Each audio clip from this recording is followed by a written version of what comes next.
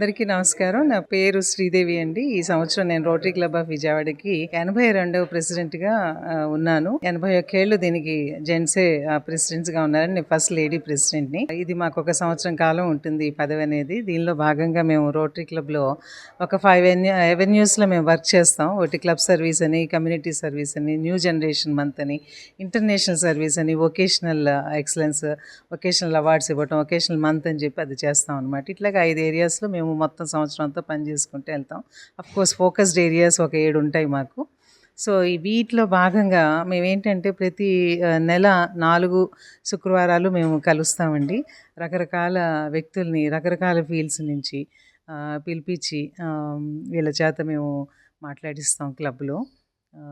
మేము కూడా దాని ద్వారా నాలెడ్జ్ మేము పెంచుకోవటం, 10 మందికి పెంచేలా చేయటం మా ముఖ్య ఉద్దేశం. దానిలో భాగంగా మేము మెడికల్ ఫీల్డ్ నుంచి లాయర్స్ని, డాక్టర్స్ని, తర్వాత ఇలాగ పోయట్స్ని, తర్వాత లిరిసిస్ట్ని, తర్వాత రకరకాలుగా అండి డిఫరెంట్ ఏరియాస్ నుంచి అందరినీ పిలుస్తూ ఉంటాం. వీళ్ళు నిష్ణాతులు కాబట్టి వారి వారి రంగాల్లో వారు ఏదో ఒక టాపిక్ మీద వచ్చి వాళ్ళు మాట్లాడటంతో వాళ్ళకి తగ్గ టాపిక్ మీద అది చాలా బాగా వెళ్తుందండి ప్రజల్లోకి. చాలామంది దాన్ని బట్టి మోటివేట్ కూడా అవుతూ ఉంటారు. కొత్త నాలెడ్జ్ కూడా వస్తూ ఉంటుంది. దానిలో భాగంగా ఈరోజు మన డాక్టర్ పూర్ణచంద్ర గారిని పిలిపించాం. ఆయన శ్రీకృష్ణదేవరాయలు భువన విజయం ఆ టాపిక్లో ఒక అంశాన్ని టచ్ చేశారు. అది తెలుగు వారి మీద ప్రభావం ఎలా ఉంటుంది, అసలు రాయలవారు ఎవరు ఏంటి అని వెనక్కి వెళ్ళి చాలా పరిశోధన చేశారట ఆయన చాలా సంవత్సరాలు. దానిలో భాగంగా ఇవాళ చాలా కొత్త విషయాలు మేము తెలుసుకోవడం జరిగిందండి. చాలా సంతోషంగా ఉంది వారిని మా క్లబ్‌కి పిలిచి ఇవాళ ముఖ్య అతిథిగా వారి చేత ప్రసంగం ఇప్పించటం సంతోషంగా ఉంది. థ్యాంక్ యూ అండి.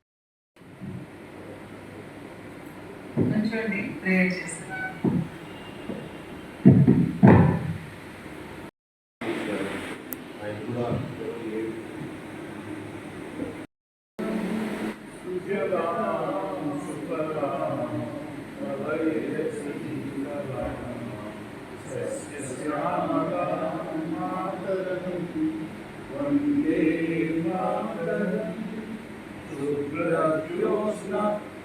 పుట్టినరోజు పెళ్లి జరుపుకున్న వారి పేర్లు అండి. డాక్టర్ రమేష్ బాబు గారు 27 ఏప్రిల్. భాష జ్ఞానం కానీ ఆయన చేసిన సేవలు కానీ ఇవన్నీ గురించి కూడా ఇప్పుడు ఇంటర్వ్యూస్ నేనే చేస్తాను. రచయితగా 50 ఏళ్ల సాహితీ ప్రస్థానంలో, గ్రంథ రచయితగా 45 ఏళ్ల కాలంలో మొత్తం 140 పుస్తకాలు వెలువరించి సాహితీ స్వర్ణోత్సవం జరుపుకున్న సాహితీమూర్తి డాక్టర్ జీవి పూర్ణచంద్. కాలమిస్టు, సంపాదకుడు, 45 ఏళ్ళుగా రాష్ట్రంలో ప్రసిద్ధ ఆయుర్వేద వైద్యుడు, చిత్రకారుడు, తెలుగు భాషా మూలాన్ని తవ్వి తీసిన పరిశోధకుడు, భాషోద్యమ ప్రముఖుడు, మన ఆహార సంస్కృతి మూలాన్ని వెలుగులోకి తెచ్చిన తొలి తెలుగు ఆహార చరిత్రకారుడు, గ్రంథకర్త, 6 పర్యాయాలు ప్రపంచ తెలుగు రచయితల మహాసభలకు బాధ్యతలు వహించిన మహాకార్యదర్శి, భాషా సాహిత్య పరిరక్షణలో బహుముఖమైన పాత్ర నిర్వహిస్తూ ఉభయ రాష్ట్రాల్లోనూ పరిచయం అవసరం లేని సాహితీవేత్తగా చిరపరిచితుడైన 75కు పైగా పురస్కారాలు అందుకుని రచయితగా తాను అత్యంత సంతృప్తికరమైన జీవిని ప్రకటించుకున్న సాహితీ పరిపూర్ణ జీవి డాక్టర్ జీవి పూర్ణచంద్ గారు. 1970-71లకే హై స్కూల్లో చదివే రోజుల్లోనే మేఘమాల లిఖిత మాసపత్రిక సంపాదకత్వం వహించారు.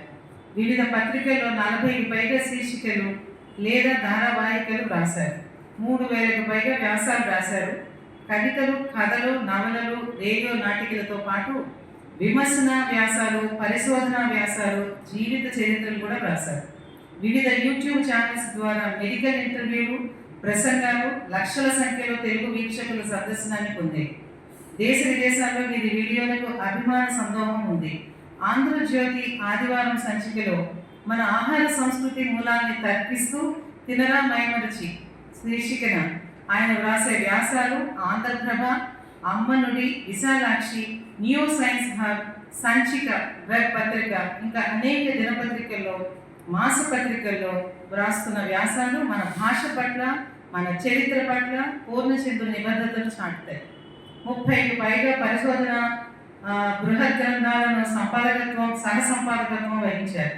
తెలుగు భాషా సంస్కృతుల మూలాలు వెలికితీసి తెలుగే ప్రాచీనం నైలు నుండి కృష్ణ దాకా గ్రంథాల ద్వారా భాషోద్యమ కీర్తి కలిగించారు.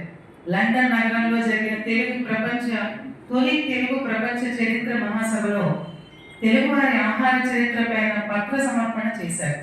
అనేక విశ్వవిద్యాలయాల జాతీయ సదస్సుల్లో కీలక ప్రసంగం చేశారు. పూర్వపు ఆంధ్రప్రదేశ్ సాహిత్య అకాడమీకి 1984లో జరిగిన ఎన్నికల్లో ఆంధ్ర నాగార్జున విశ్వవిద్యాలయాల సాహితీ సంస్థల నియోజకవర్గం నుండి తన 26వ ఏట సభ్యునిగా ఎన్నికయ్యారు. 1979-80లో ప్రారంభమైన మినీ కవితా ఉద్యమంలో పూర్ణచంద్రు ప్రముఖ పాత్ర వహించారు. అనేక ప్రాంతాల్లో మినీ కవితా ప్రదర్శనలు ఏర్పాటు చేసి ఆ ప్రక్రియ ఉద్యమ రూపం సంకల్పజేశారు. కవిత్వానికి ప్రదర్శన అనే ఆలోచన పూర్ణచంద్ర గారిదే. తెలుగు భాషోద్యమ ప్రముఖుడిగా రచయితల పాదచేర యాత్ర సహా వందలాది కార్యక్రమాలు జాతీయ అంతర్జాతీయ సదస్సులో నిర్వహించారు. తెలుగు భాష సంస్కృతుల ప్రాచీనతను నిరూపిస్తూ అనేక గ్రంథాలు రాశారు. కృష్ణా విశ్వవిద్యాలయం ఏర్పాటులోనూ దానిలో తెలుగు శాఖ ప్రారంభించడంలోనూ విశేష కృషి చేశారు. తన స్వంత గ్రంథాలయం నుండి 1500 పుస్తకాల్ని, అలాగే కృష్ణా జిల్లా రచయితల సంఘం పక్షాన 6 బీరువాల్ని తెలుగు శాఖకు అందించారు. శ్రీకాకుళం కృష్ణదేవరాయ మహోత్సవాల నిర్వహణలో ముఖ్య పాత్ర వహించారు. పద్య కవితా బ్రహ్మోత్సవాలు, తెలుగు భాషా బ్రహ్మోత్సవాలు, జానపద సాహిత్య వైభవ సదస్సులకు సంచాలకుడిగా వ్యవహరించారు. ఆంధ్రప్రదేశ్ ప్రభుత్వ హంస పురస్కారం, తెలుగు విశ్వవిద్యాలయం కీర్తి పురస్కారం, అధికార భాషా సంఘం భాషాభిజ్ఞ పురస్కారం, కాశీనాథుల నాగేశ్వరరావు ఫౌండేషన్ సాహితీ పురస్కారం, ఆరుద్ర సాహితీ పురస్కారం, సద్గురు శివానంద శ్రీరామ నవమి పురస్కారం, మారిషస్ ప్రధాని చేతుల మీదుగా 30 తెలుగు సమాఖ్య వారి జీవన సాఫల్య పురస్కారం, మద్రాసు శ్రీ కళాసుధా జాతీయ పురస్కారం మరియు రచిత కిరీట ధారణ, ఆంధ్ర సారస్వత పరిషత్ పూర్ణ కుంభ పురస్కారం, వంశీ ఆర్ట్స్ థియేటర్స్ వారి లతా సాహితీ స్వర్ణ వంశీ పురస్కారం, జానమతి హనుమస్ శాస్త్రి పూర్ణ కుంభ పురస్కారం, వంశీ ఆర్ట్స్ థియేటర్స్ వారి లతా సాహితీ స్వర్ణ వంశీ పురస్కారం, జానమతి హనుమస్ శాస్త్రి ప్రతిభా పురస్కారం, గోపీచంద్ సాహితీ పురస్కారం, మధునా పంతుల సూర్య ప్రతిభా పురస్కారం, డాక్టర్ ద్వానా శాస్త్రి సాహితీ పురస్కారం, ఇలా 70కి పైగా అవార్డులు, విశిష్ట సత్కారాలు పొందారు. కళారత్న, సభా సరస్వతి, భాషాభిజ్ఞ, తెలుగు పసిడి, వైద్య విజ్ఞాన శౌర్య బిరుదులు వీరిని వరించాయి. 2008లో ఆచార్య శరత్ జ్యోత్స్న కళాపీఠం పురస్కారాన్ని పూర్ణచంద్రకి అందించిన సభలో సీనారే ప్రసంగిస్తూ నారాయణ రెడ్డి గారు ఏమన్నారంటే, ప్రసంగిస్తూ తెలుగు ప్రాచీనుడు మన పూర్ణచంద్రు అన్నారు. బుద్ధ ప్రసాద్, లక్ష్మీ ప్రసాద్, గుత్తిగొండ సుబ్బారావు, పూర్ణచంద్ర ఈ నలుగురు భాషోద్యమానికి 4 స్తంభాలని సీనారే వారు అనేక సభలలో వ్యాఖ్యానించారు. వారి ప్రశంసే అన్నిటికన్నా పెద్ద పురస్కారంగా భావిస్తారు పూర్ణచంద్ర గారు. వ్యక్తిగతం గురించి మాట్లాడాలి అంటే, డాక్టర్ జీవి పూర్ణచంద్ర గారు 1973-75 మధ్యలో విజయవాడ శాతవాహన కళాశాలలో ఇంటర్మీడియట్ చేశారు. 76-81 మధ్యలో విజయవాడ నోరి రామశాస్త్రి ప్రభుత్వ ఆయుర్వేద కళాశాలలో ఆయుర్వేద వైద్యం చదివారు. 1982 నుండి సుశ్రుత ఆయుర్వేద ఆసుపత్రి నడుపుతున్నారు. భార్య గంగరాజు అరుణాదేవి, ఆమె కూడా రచయిత్రి. నలుడి పాకదర్పణం, క్షేమ శర్మ క్షేమ కుతూహలం, రఘునాథ సూరి భోజన కుతూహలం గ్రంథాలకు వ్యాఖ్యానం రాయటానికి పూర్ణచంద్రుకు సహరచయిత్రిగా ఉన్నారు. కుమార్తె లక్ష్మీ చేతన, అల్లుడు చెక్కిలం శివరాం మల్లిక్ న్యూజెర్సీలో ఇద్దరు సాఫ్ట్వేర్ రంగంలో పనిచేస్తున్నారు. మనుమరాలు శ్రీ సాత్విక, మనుమడు సమన్యుడు. ఇదంతా చాలా పట్టున్న భాషలో పేర్లు పెట్టారు. కుమారుడు డాక్టర్ మనో కార్తిక్ చెన్నై ఐఐటిలో పిహెచ్డి, దక్షిణ కొరియాలో పోస్ట్ డాక్టరేట్ చేశారు. వారణాసి ఐఐటిలో అసిస్టెంట్ ప్రొఫెసర్గా పనిచేశారు. కోడలు సౌమ్య, మనుమరాలు పూర్ణ సంహిత. సో ఎంత పెద్దది ఉందంటే ఆయన బయోడేటా, ఆయన గొప్పతనం అంత బాగా తెలుస్తుంది. చూడండి, ఆయనకున్న పురస్కారాలే 2 పారాగ్రాఫ్లు చదివాను నేను. Give a big hand for him. సభకు అధ్యక్షత వహించి నా గురించి చాలా చక్కటి పరిచయం అందించిన మేడం శ్రీదేవి గారికి నేను సభాముఖంగా నా ధన్యవాదాలు తెలియజేస్తున్నాను. మిత్రుడు రవి ప్రకాష్ గారు, ఈ సభకి నేను కొంచెం ధైర్యం కూడగట్టుకుని వచ్చాను. ఎందుకంటే Vijayawada main club, road main club అంటే నాకు చిన్నప్పటి నుంచి బాగా ఎప్పుడు వినే పేర్లు. జంజాల శంకర్ గారి పేరు, సమరం గారి పేరు, ఎల్సీ దాస్ గారి పేరు, పట్టాభి రామయ్య గారి పేరు, డాక్టర్ జగదీష్ గారు, ఇలాగా పెద్దలు అందరూ విజయవాడకు వన్ని తెచ్చినటువంటి పురప్రముఖులు అనుకున్నటువంటి వ్యక్తులు సభ్యులుగా ఉన్నటువంటి మహాసంస్థకి నేను శిరస్సు వంచి నమస్కరిస్తున్నాను. హాలు నిలడం అనేది ఈ మధ్య కొంచెం కష్టంగానే ఉంది, సాహిత్య సభల్లో ముఖ్యంగా. సరే, ఇతర సభల్లో కూడా దాని ప్రభావం ఉంది. ఇది మనం మోడీ గారి సభ అని ఏం అనుకోక్కర్లేదు, జనరల్గానే అలా ఉంది పరిస్థితి. అంటే అక్షరాలు చూడబడుతున్నాయి కానీ చదవబడట్లేదు, సభలు అసలు వినబడటం లేదు. సభలో కూడా వినాలనేటువంటి ఉత్సుకత మనుషుల్లో చాలా వరకు తగ్గింది. ఇది ప్రధానమైన కారణం. ఇది ముఖ్యంగా ఈ 2000 మిలీనియం సంవత్సరంలో తర్వాత ఈ 25 సంవత్సరాలు పార్టీ గడిచిపోయింది మనకి మిలీనియం యుగంలో. ఈ 10 సంవత్సరాల కాలంలో మనం గమనించినటువంటి ముఖ్యమైన అంశం ఏంటంటే చాలా విలువైన విషయాలు కోల్పోవడం, విలువలైన విషయాల మీద ఎక్కువగా వ్యామోహపడటం అనేటువంటిది మనం గమనిస్తున్నటువంటి విషయం. మన కళ్ళ ముందే చాలా మార్పులు. 1999కు ముందు ఉన్నటువంటి విషయాలు ఇవాళ ఎక్కడ మనకి కనిపించవు, చాలా మార్పులు కనిపిస్తున్నాయి. నమస్కారం. నేను ఈరోజు భువన విజయం మన తెలుగు వారి పాత్ర గురించి కొన్ని విషయాలు మీతో పంచుకోవడానికి నేను ఇష్టపడి వచ్చాను.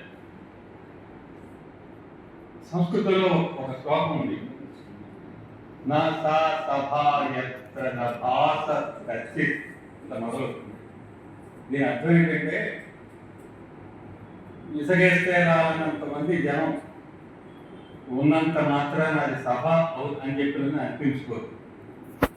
అలాగని ఎందుకో కొరగాని వ్యక్తులు కొద్దిమంది ఉన్నా కూడా అది సభ అని అనిపించుకోరు. ఏ సభలో అయితే ఎవరు మనం చెప్పే విషయాలు వినడానికి యోగ్యులు, ఎవరు ఒకరి వలన ఒకరు ప్రభావితులవుతారు, ఎవరు ఒకరిని ప్రభావితం చేయగలుగుతారు, అటువంటి వాళ్ళు 10 మంది ఉన్నా అది మహాసభ అని అనిపించుకుంటుంది. ఈ సభలో 15 మంది దాటారు కాబట్టి ఇది మహాసభ. ఈ మహాసభకి నేను శిరస్సు వచ్చి నమస్కరిస్తున్నాను.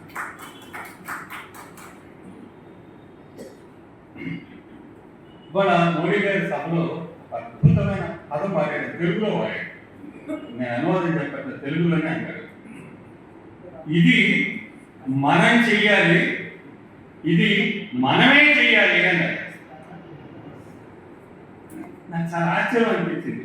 ఆయన ఫ్లోలో హిందీలో మాట్లాడుకుంటూ వెళ్ళి సడన్ గా తెలుగులోకి మారి ఇది మనం చెయ్యాలి, ఇది మనమే చెయ్యాలి అన్నాడు. అంటే ఆయన ఫీడ్బ్యాక్ బాగా ఇచ్చారు. ఎవరో స్క్రిప్ట్ రాసినటువంటి వ్యక్తి చాలా అద్భుతంగా ఆయన స్క్రిప్ట్ తయారు చేశాడని చెప్పడం నేను అనుకుంటాను. క్యాచింగ్. ఇవాళ మనం కృష్ణదేవరాయల గురించి మాట్లాడుకోవడానికి నాకు ఆ మోడీ గారి ఆ పదం ఉంది, ఆ వాక్యం, ఇది మనం చెయ్యాలి, మనమే చెయ్యాలి. ఈ ఒక్క ఆలోచనే మొత్తం విజయనగర మహారాజులు దాదాపు అట్లాగలికి 28 మంది పైన ఉన్నారు. ఐరానికి పైనుంచి కనుక చూసుకుంటే ఆ సామ్రాజ్యంలో చక్రవర్తులు ఒక్క విజయనగర ఒక్క కృష్ణదేవరాయల గురించి మాత్రమే మనం ఈ రోజు ఎందుకు మాట్లాడుకుంటున్నాం? ఎంతో మంది ఆయన తండ్రి తాత తాత ఆ వంశంలో ఆ కుడు వంశంలో తండ్రి చేశాడు, తాత చేశాడు రాజులుగా. సరే ఆయన తమ్ముళ్ళు చేశారు, ఆ తర్వాత ఇంకా అల్లుడు వంశీకులు చేశారు. ఇంతమంది ఉండగా కేవలం కృష్ణదేవరాయ గురించి మాత్రమే మనం ఎందుకు మాట్లాడుకుంటున్నాము అంటే, పెద్దలారా మనమే చెయ్యాలి అనే ఒక లక్ష్యంతో బయలుదేరిన వారు కృష్ణదేవరాయ. అన్లైక్ హిస్ ప్రీడిసెసర్స్, తన పూర్వీకుల కన్నా భిన్నమైన మార్గంలో కృష్ణదేవరాయలు నడిచాడు.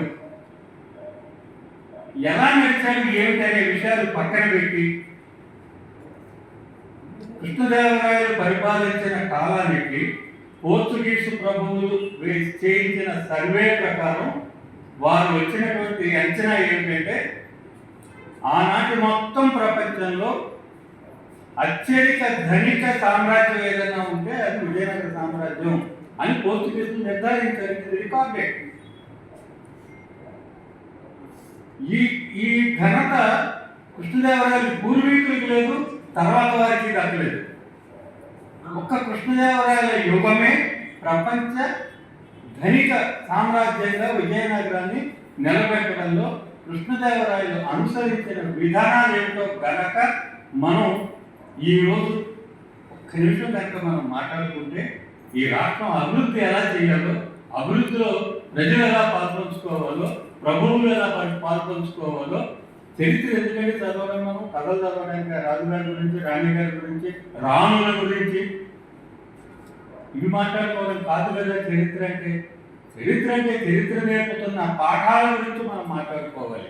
అది ఎక్కడన్నా జరుగుతుందా? కృష్ణదేవరాయలు నాన్న ఇతనికి కాకుండా ఇతని అన్నకి రాజ్యం ఇద్దామని చెప్పినని, లేకపోతే తన కొడుకు రాజ్యం ఇవ్వాలని చెప్పినని, తన కొడుకు రాజ్యం ఇవ్వడం కోసం ఇతని కళ్ళు పీడించేసేమని, ఇతను చంపించమని చెప్పిన అన్నాడని,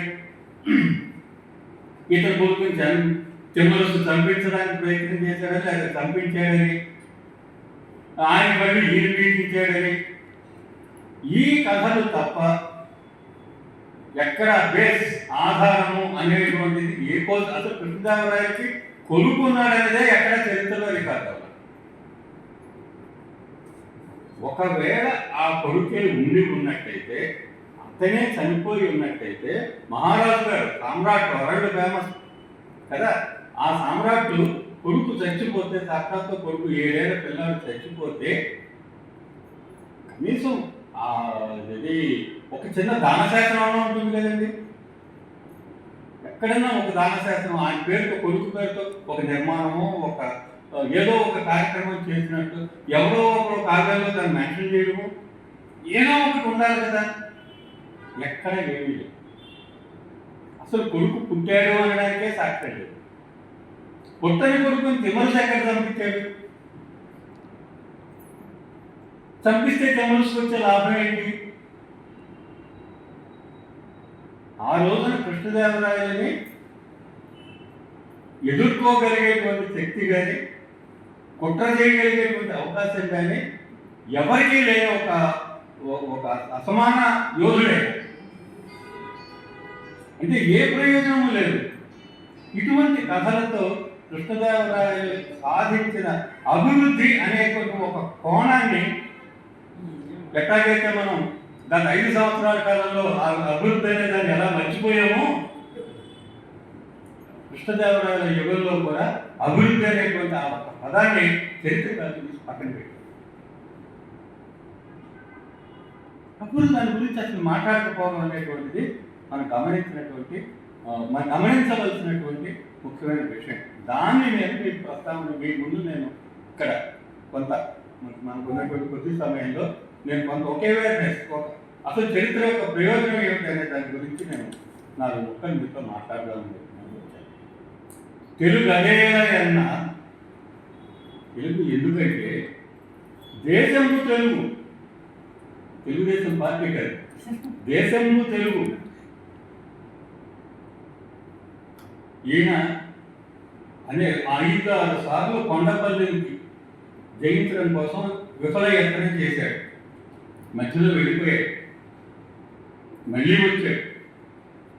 కొండవీడు ఈ చుట్టుపక్కల ఉన్నటువంటి అన్ని జిల్లాలని అన్ని కోటల్ని జయించాడు, కానీ కొండపల్లిని మాత్రం జయించడం ఆయనకి సాధ్యం కాదు.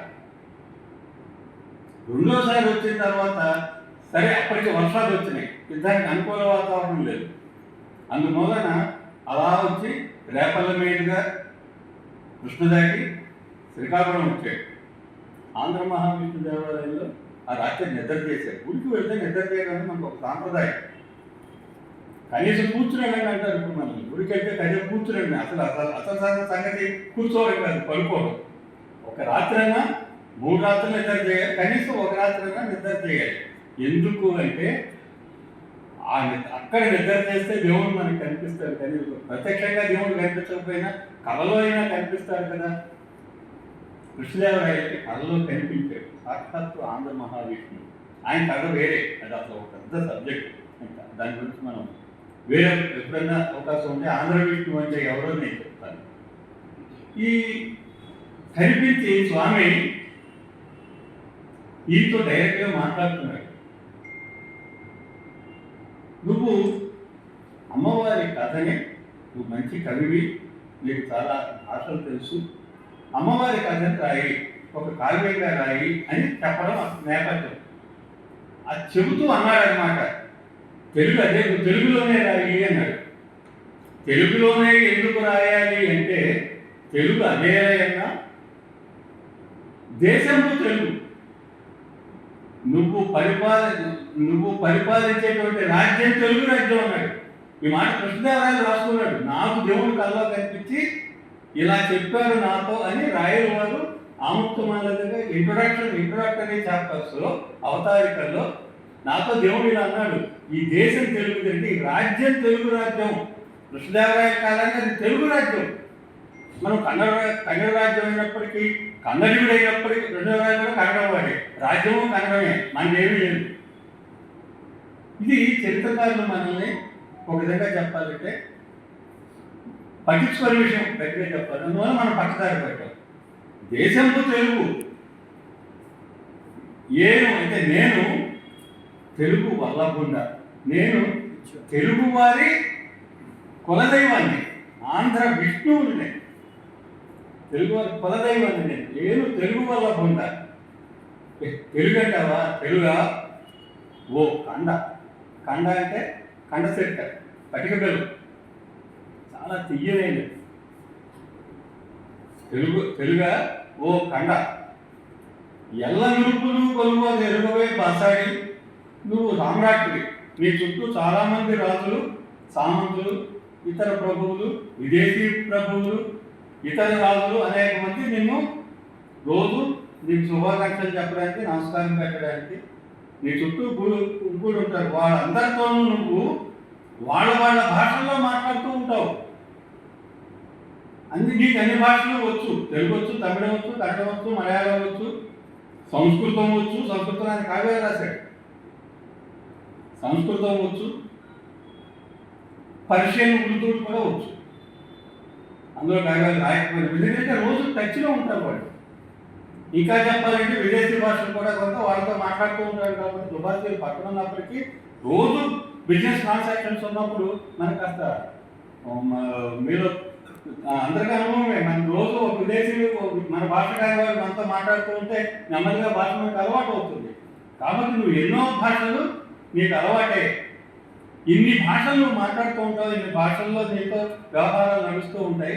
ఇన్ని భాషలు నువ్వు చేస్తూ ఉంటే నీకు తెలీదా?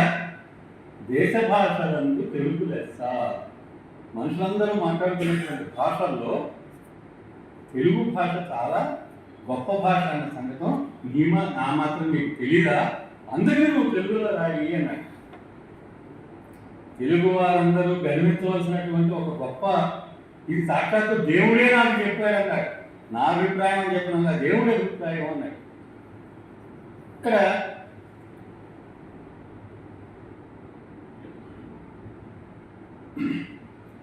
ఇది ఒక విధంగా చెప్పాలంటే భాషాపరమైనటువంటి ఒక స్వప్న దర్శనం. భాష యొక్క గొప్పతనం ఆయన చెప్పదలుచుకున్నాడు. ఇప్పుడు ఏంటంటే ఆయన దేశ భాషలందు తెలుగు లెస్స అనేటువంటి ఒక కోట్ ఈ కోర్టు ఈయన కంటే 200 సంవత్సరాల ముందు వాడు వెలుకొండ వల్లభరాయుడు అనే ఆయన రాసినటువంటి క్రీడాభిరామం అనేటువంటి కావ్యంలో ఒక పద్యపాదం. క్రీడాభిరామంలో శ్రీకాకుళం, ఇప్పుడు మన ఆంధ్రమి అమరవిష్ణు దేవాలయం ఉన్నటువంటి కృష్ణా జిల్లా శ్రీకాకుళం, మనం ఆమెగడ్డ వెళ్తుంటే ఎడచేతి కలుగుతుంది.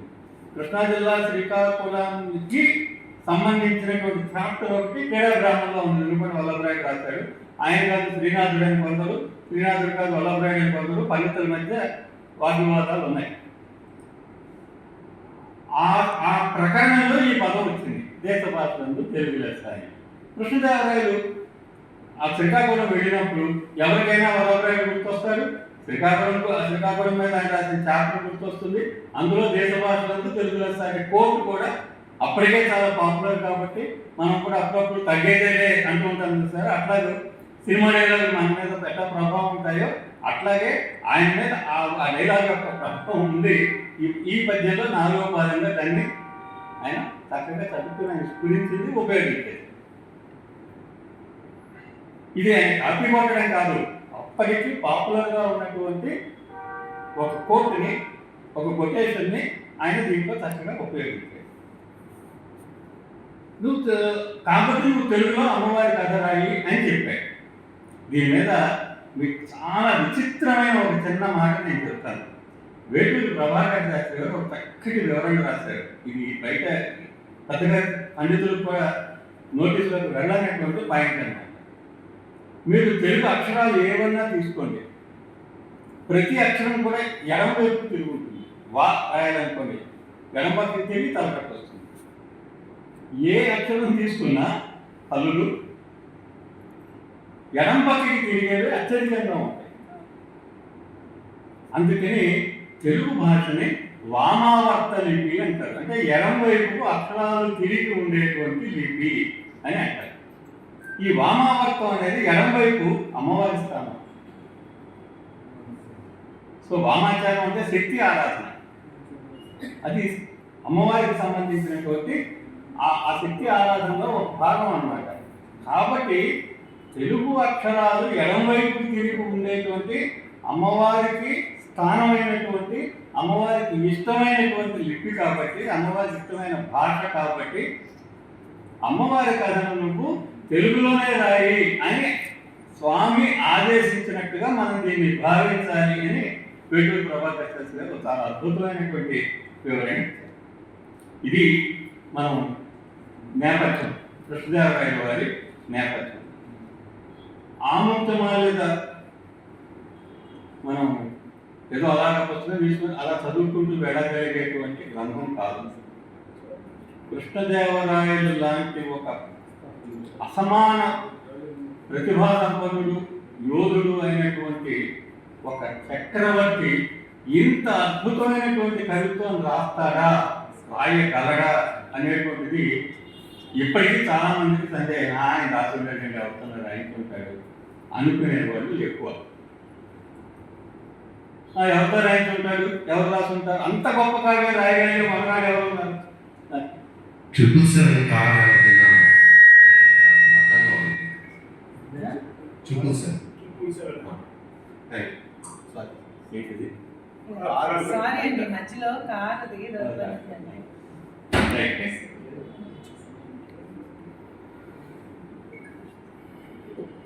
ఎవరో రాసి ఉంటాడు అంటే అంత రాయగలిగేటువంటి కవి ఎవరైనా ఉంటే నిజంగాను గొప్ప కవే కదా ఆయన, ఎవరై ఉంటారు అనగానే చాలా మంది అలసాని అర్థం రాసి ఉంటాడు అని చెప్పినది తీర్మానించిన సందర్భాలు కూడా ఉన్నాయి. పాత 1930, 40లో ఆంధ్ర భారతి మాసపత్రిక కనుక పాతవి చేసి చూస్తే మనం రాయల కృతమైన, ఆముక్తమాలిక రాయల కృతమైన అనే దాని మీద చాలా పెద్ద చర్చలు జరుగుతూ ఉంటాయి. ఈ విశ్వనాథ సత్యనారాయణ గారు తన వేడి పడగల నవల్లో ఒక పాత్ర చేత అనిపిస్తాడు.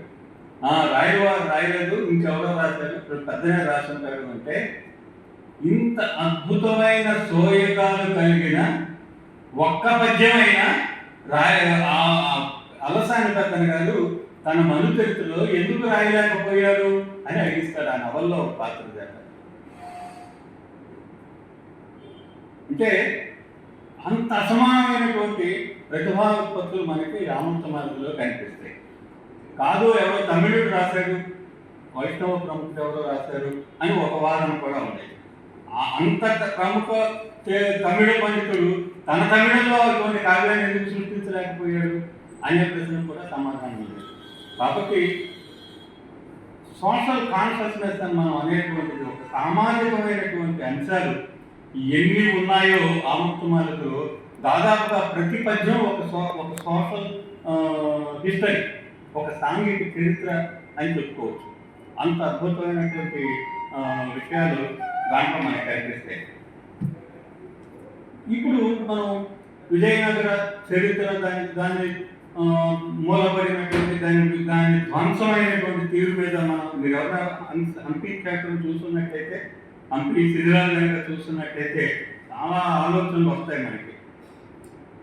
ఇది స్వాతంత్రోద్యమ కాలంలో చరిత్రకారులు దీన్ని విదేశీ శక్తులు మన దేశానికి చేసిన అపకారంగా లేక అపచారంగా, వారి వల్ల ఎటువంటి విధ్వంసం దేశంలో జరుగుతుందో ఇదిగో ఇది సాక్షి అని, అంటే బ్రిటిష్ వారిని వెళ్ళగొట్టాలి అనేటువంటి ఒక ప్రేరణ మనుషుల్లో కలిగించడం కోసం స్వాతంత్రోద్యమ కాలపు చరిత్రకారులు హంపి విధ్వంసాన్ని కేవలం ఒక విదేశీ శక్తుల దురాగతంగా మాత్రమే చూశారు. ఇది బాగా దాని కూర్చోదు. ఇది వైష్ణవ సామ్రాజ్యం, వైష్ణవ ఇది కాబట్టి వైష్ణవ వ్యతిరేకులు దీన్ని ఇలా చేశారని కొంతమంది భావించారు. కానీ స్వాతంత్రం వచ్చేసింది, విదేశీయులు వెళ్ళిపోయారు. తర్వాత వచ్చిన చరిత్రకారులు హంపి విధ్వంసాన్ని ముస్లింలు చేసిన దండయాత్ర కింద భావించారు.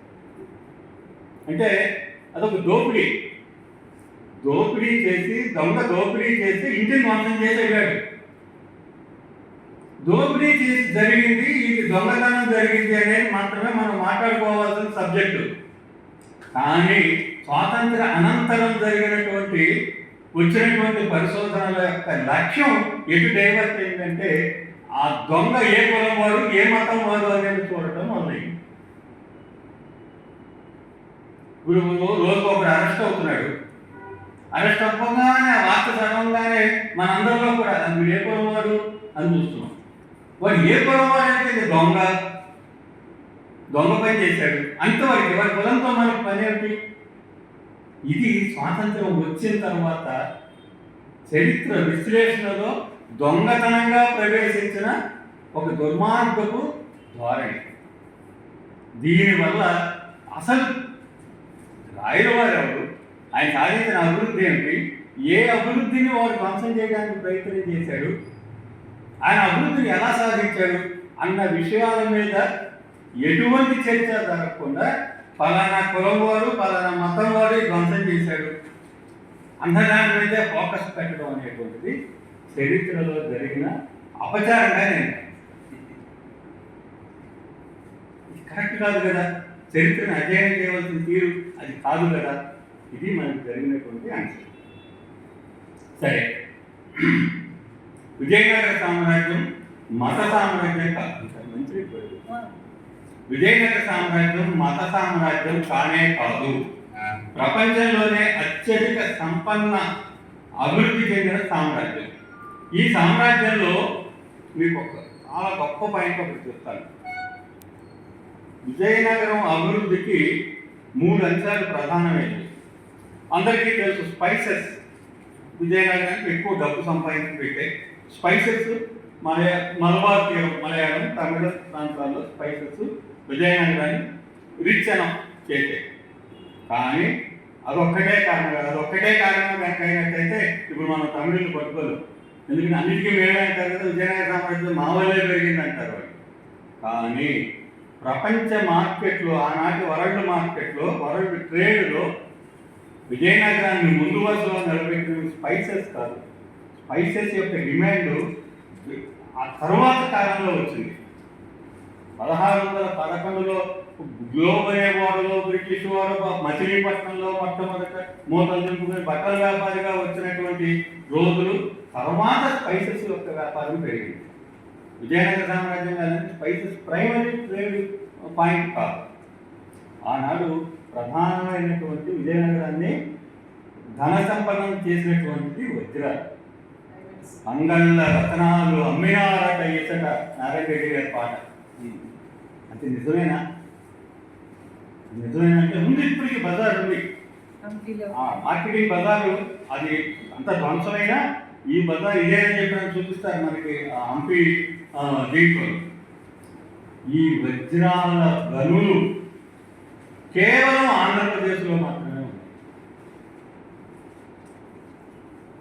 తెలుగు వారు విజయనగర సామ్రాజ్యాన్ని సుసంపన్నం చేయడానికి ప్రధానమైనటువంటి పాత్ర ఆ రోజున వజ్రాలను ఇవ్వడం ద్వారా వారి పాత్ర వారు నిర్వహిస్తారు. సో రాయల వారి వజ్రాల గనుల నిర్వహణ విధానాన్ని కనుక మనం అది ఒక రోజంతా పడుతుంది. నేను దాని మీద చాలా వర్క్ చేశాను. ఇప్పుడు మన గనుల్ని మింగుతున్నటువంటి గనులు ఉన్నారే, ఈ గనుల్ని కట్టడి చేయడం ఎట్లాగో రాయల వారు ఆ రోజున వజ్రాల గనులు ఎలా నిర్వహించాడు. డిమాండ్ ఎక్కువగా ఉంది, వజ్రాలు పుష్కలంగా దొరుకుతున్నాయి. అలాంటప్పుడు వజ్రాల దొంగతనం జరగకుండా ఆయన ఎటువంటి జాగ్రత్తలు తీసుకున్నాడు, ఎలాగని గనుల్ని నిర్వహించాడు, ఇది సామాన్యమైన విషయం కాదు.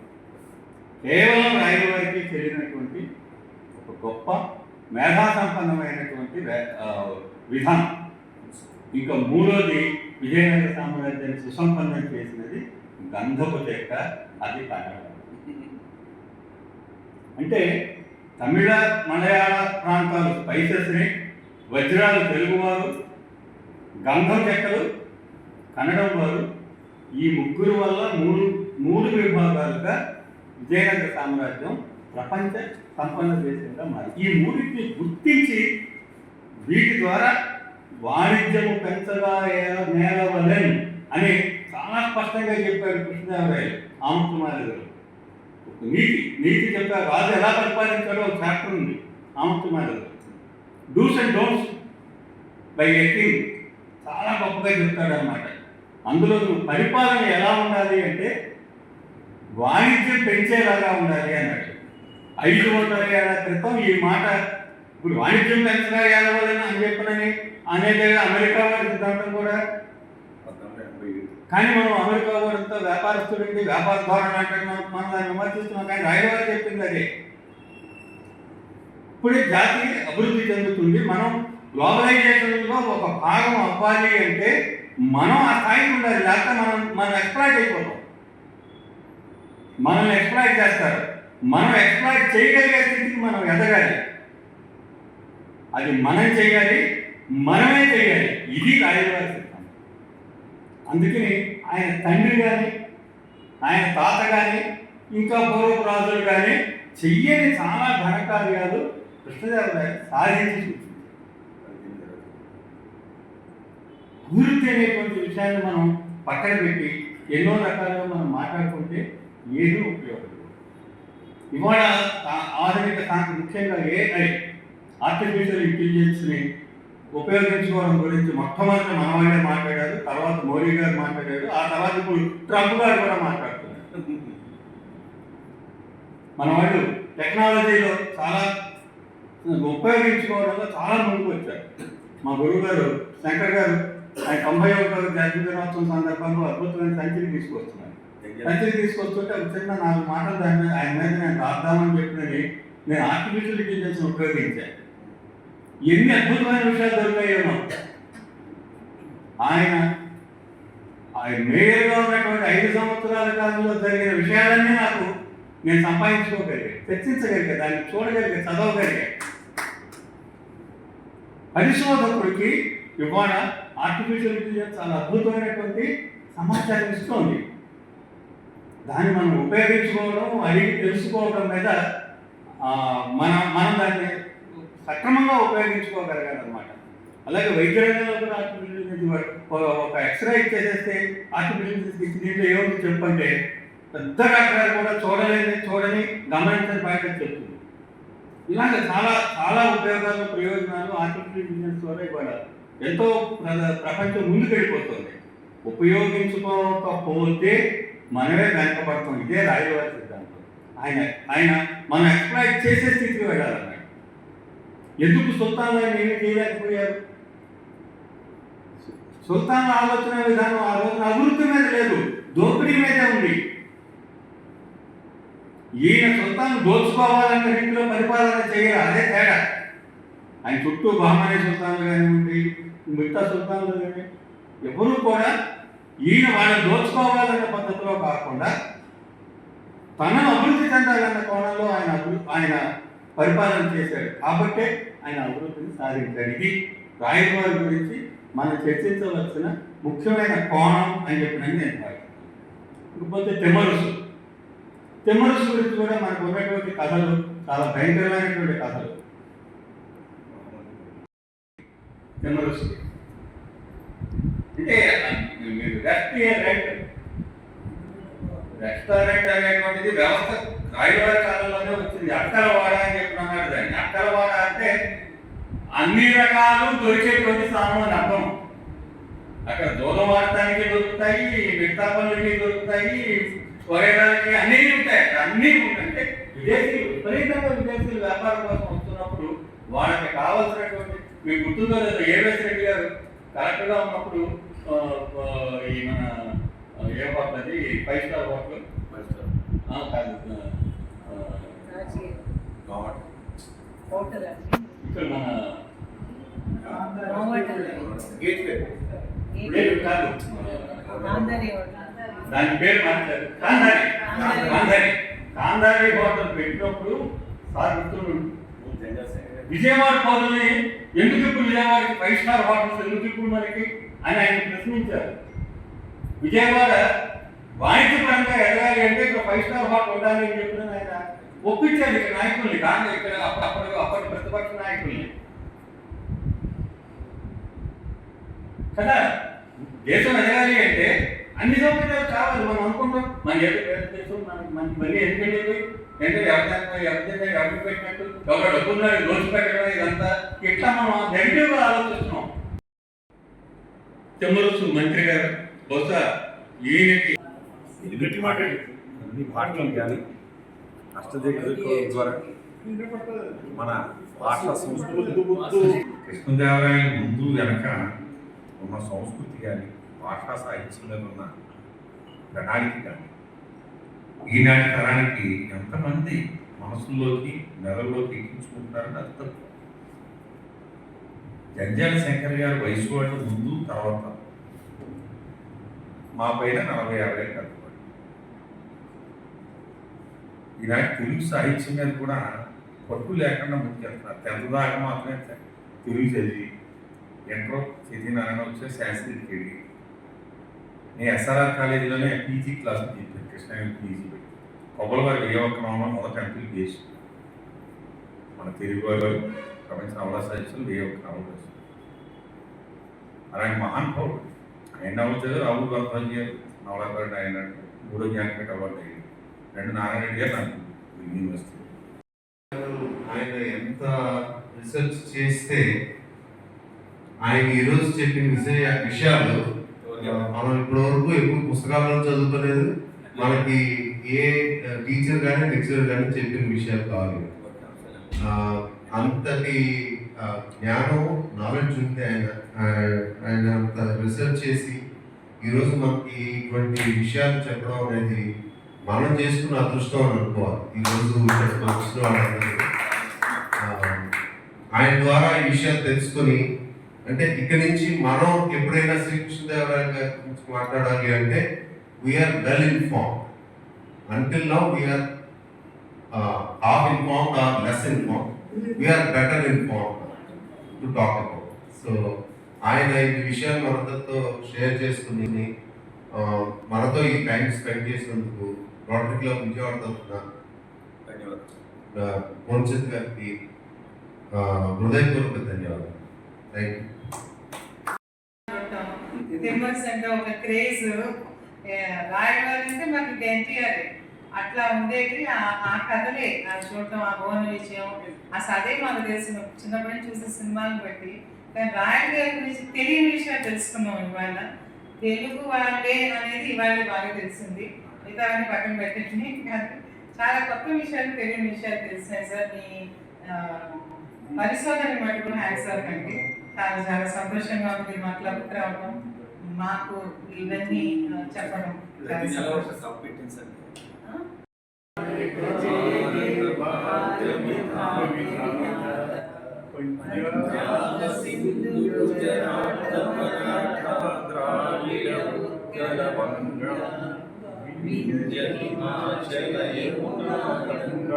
ఉచ్చల జలధి తరంగా కస్తునామి గాహి కస్తునాశమాని గాహి భవజయ